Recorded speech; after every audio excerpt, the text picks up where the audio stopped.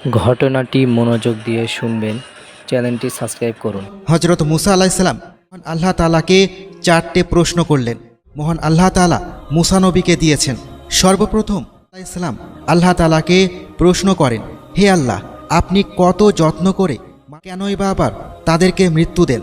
তখন সালামকে ফসল ফলানোর আলাইসাল্লাম আল্লাহর নির্দেশ মতো তাই প্রচুর পরিমাণে গম উৎপাদন। যখন ফসল পেকে গেল তখন তিনি বের করলেন এবং আল্লাহ তাআলা হজরত মুসা আলাইসাল্লামকে জিজ্ঞাসা করলেন, তুমি নিজ হাতে ফসল ফলালে, তাহলে আবার ফসল কেন কেটে ফেলেছ?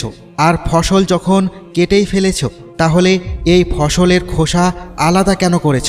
তখন হজরত মুসা আলাইসাল্লাম বললেন, ফসল খোসা থেকে আলাদা না করি তাহলে তো আমি খেতে পারলাম না। জিজ্ঞেস করলেন, তুমি এই পদ্ধতি কোথায় শিখেছ?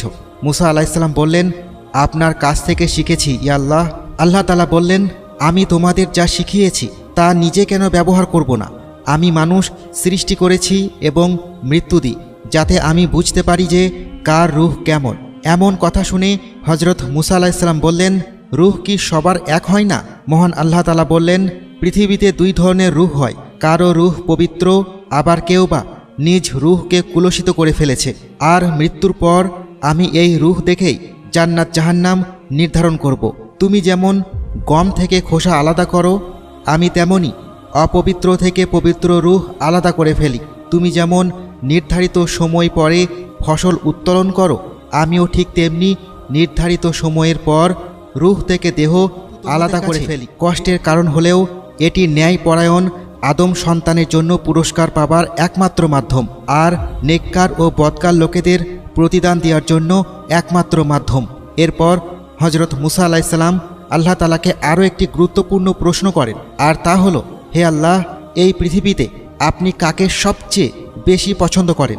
মহান আল্লাহ রাব্বুল আলামিন বললেন, আমি সেই ব্যক্তিকে সব থেকে বেশি পছন্দ থাকা সত্ত্বেও সে তার ক্ষমতাকে ব্যবহারের সাথে এবং ধৈর্য ধারণা, এই একই গুণগুলো যত পাপ করো, আমি যদি সাথে সাথে তার প্রতিশোধ নিতাম, তাহলে সারা পৃথিবীতে কোনো মানব সম্পর্কে পৃথিবীতে এমন অনেক প্রভাবশালী ব্যক্তি আছে যারা সাথে সাথে প্রতিশোধ না নিয়ে অপেক্ষা করে। আমি পৃথিবীর বুকে সেই ব্যক্তিদের সব থেকে বেশি ভালোবাসি। হজরত মুসা আলাইসাল্লাম আরও জানতে চাইলেন, হে আল্লাহ, এই পৃথিবীতে সব থেকে জ্ঞানী ব্যক্তিকে?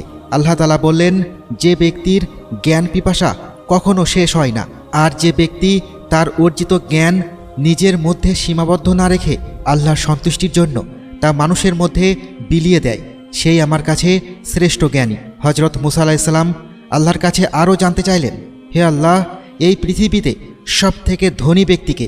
আল্লাহ তাআলা বললেন, এই পৃথিবীতে সেই ব্যক্তি সব থেকে ধনী যার নিজের কাছে যতটুকু আছে তা নিয়ে সন্তুষ্ট থাকে, অর্থাৎ আরও চাই করে হাই হতাশ না করে যতটুকু আছে ততটুকু নিয়ে আল্লাহর দরবারে সন্তুষ্টি কামনা করে, সেই ব্যক্তি সব থেকে ধনী।